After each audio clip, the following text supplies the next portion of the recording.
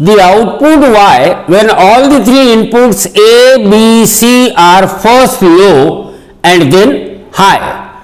Now initially let input A, B and C, they are low, means A is 0, B is 0 and that of C is 0.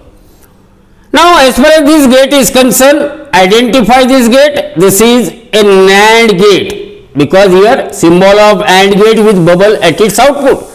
Whereas this lower gate, it is a NOT gate, that is inverter. NOT gate, that is inverter. Now as far as output of NAND gate is concerned, here it is what? Output of NAND gate is A dot B complement, while output of NOT gate, input is C, so its output is what? C bar. Now here A and B both are 0, so output of NAND gate will become 0 into 0 complement, that is complement of 0 or it is equal to 1.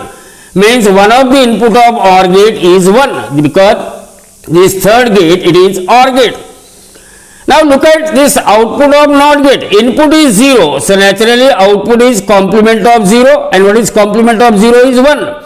So this OR gate has both the input 1, output of OR gate is given by Y is equal to, output of OR gate is what? It is logical ORing of its two inputs. So 1 plus 1 or 1 or 1, 1 plus 1 is logically 1. Means when all the three inputs are low, output of this circuit is 1. Now in the second situation, all the three inputs of this logic circuit is 1. So here this is A is 1, B is 1 and C is 1. When A is 1, B is 1, what is the output of NAND gate? It is 1 into 1, that is complement of 1 or it is equal to 0. Means one of the input of OR gate becomes 0.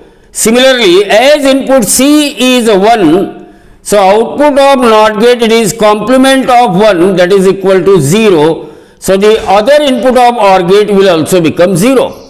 Look at this, when all the three inputs A, B and C, they are high, then both the inputs of OR gates are 0 and 0. So the output of OR gate Y is equal to 0 or 0, 0 plus 0 is 0. So see, when three inputs are initially low, output is high. When three inputs are later on becomes high, then output will become 0. So the first output is 1 and second output is what? 0. So out of 4 options, the correct option is B for this circuit.